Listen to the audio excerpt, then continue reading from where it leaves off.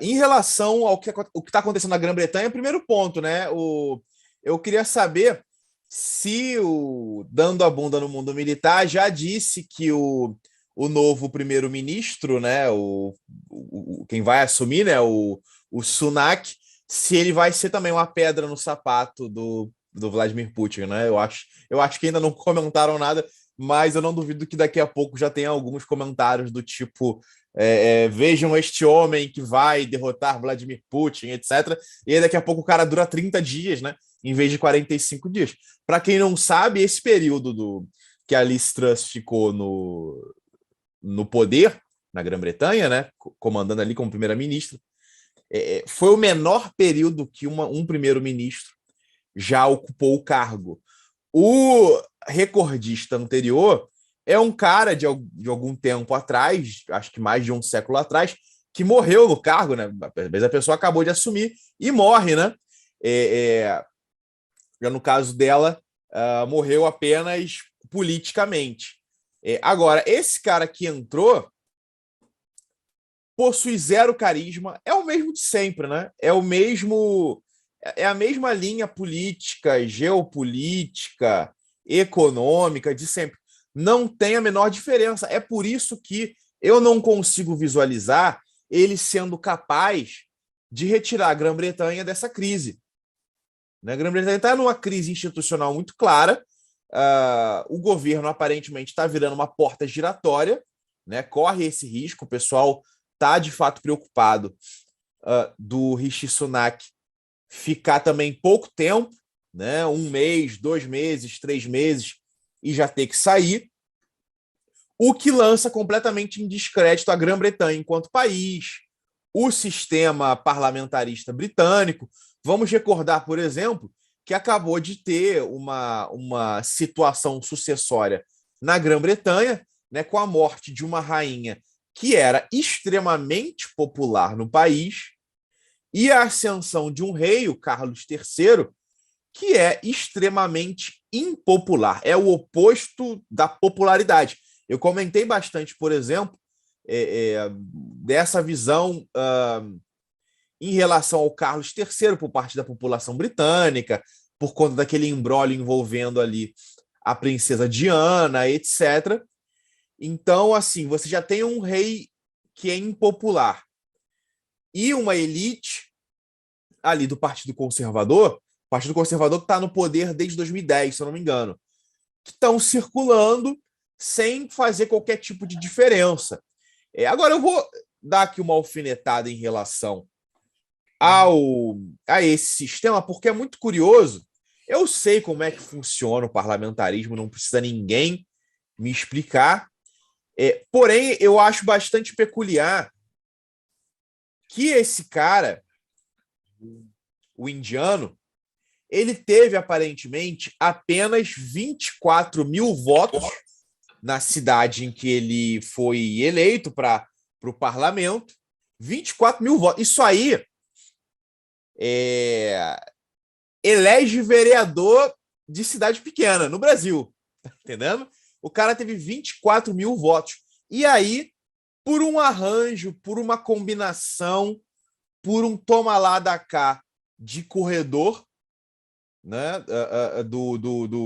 de corredores ali da elite britânica, o cara vira o primeiro-ministro, basicamente, de uma estrutura ainda imperial que possui possessões em quase todos os continentes, se não tiver em todos os continentes.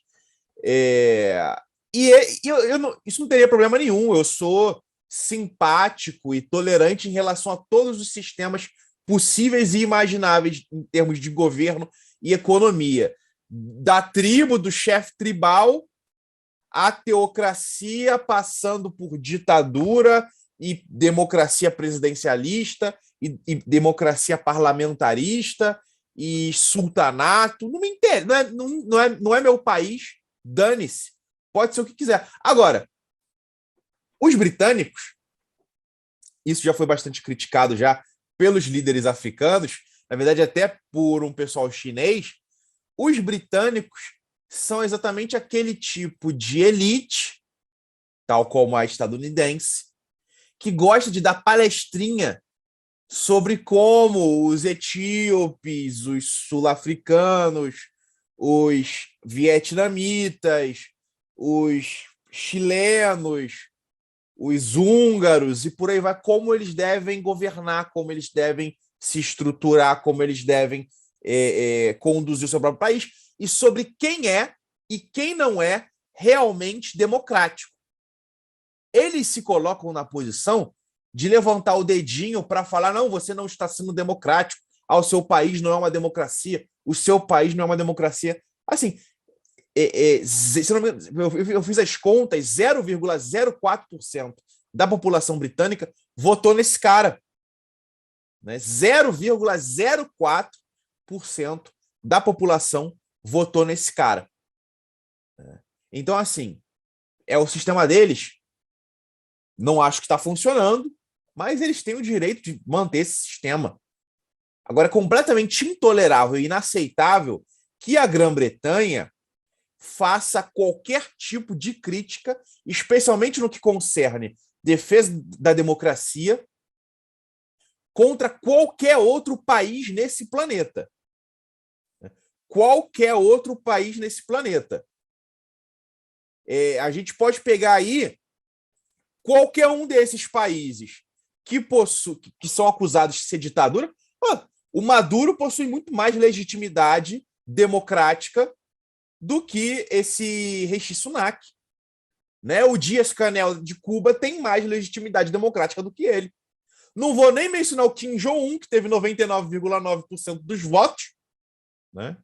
Tem muito mais legitimidade democrática do que esse cara. Quem não tem? Né? Quem não tem? Eu acho que democracia indireta, se bobear, dá mais legitimidade à sua liderança do que esse cara. Né? O Papa, por exemplo, é muito mais representativo para a população católica do planeta do que esse cara. É uma eleição indireta. Né? Enfim, então assim, eu acho uma grande piada que eles decidam falar em democracia. Agora, o que pode vir de diferente, e talvez nesse momento não exista outra solução para a crise política britânica. Os laborists, né, o pessoal do Labour, está querendo eleições gerais. Né? Eles estão insistindo e exigindo eleições gerais. Eles acreditam que podem se dar bem, e é bem plausível que eles consigam ter resultados positivos aí em uma possível nova eleição geral na Grã-Bretanha.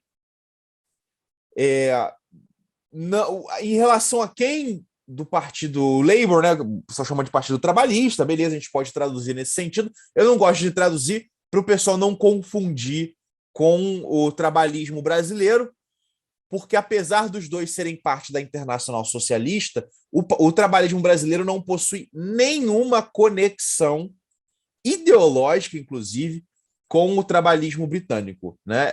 É só uma coincidência, é praticamente uma coincidência de nomes, não existe conexão, mas a gente pode chamar, beleza, os trabalhistas britânicos. A liderança atual deles é o Keir Starmer, que é um cara renomado, defende ali a reestatização das ferrovias, de uma série de empresas britânicas, tem uma linha de defesa da saúde pública britânica, etc., mas já pagou pedágio no início do ano ao Stoltenberg, né, fazendo um meia-culpa, dizendo que se arrependia de ter dito no passado que a Grã-Bretanha tinha que sair da OTAN, etc, etc, etc. Então o cara já beijou ali algumas mãos para talvez conseguir apoio suficiente para poder virar um futuro primeiro-ministro britânico, porque assim, eu acho que não tem muita saída para a Grã-Bretanha, senão novas eleições gerais, que possivelmente levariam os trabalhistas ao poder. Agora, em relação a beijar a mão, em relação a dizer que sim, condena a Rússia, etc., a gente sempre tem que ver no caso concreto, né? Eu não sou muito de levar 100% a sério nem declarações de anti-imperialismo, assim, feitas da boca para fora, nem também esses pedágios que muitas lideranças às vezes pagam para chegar ao poder, e às vezes na hora do vamos ver tudo muda de figura, né? Então, assim, primeiro a gente tem que ver na prática para depois emitir um juízo e não apenas se basear em comentário de Twitter que um candidato tal faz, etc, etc.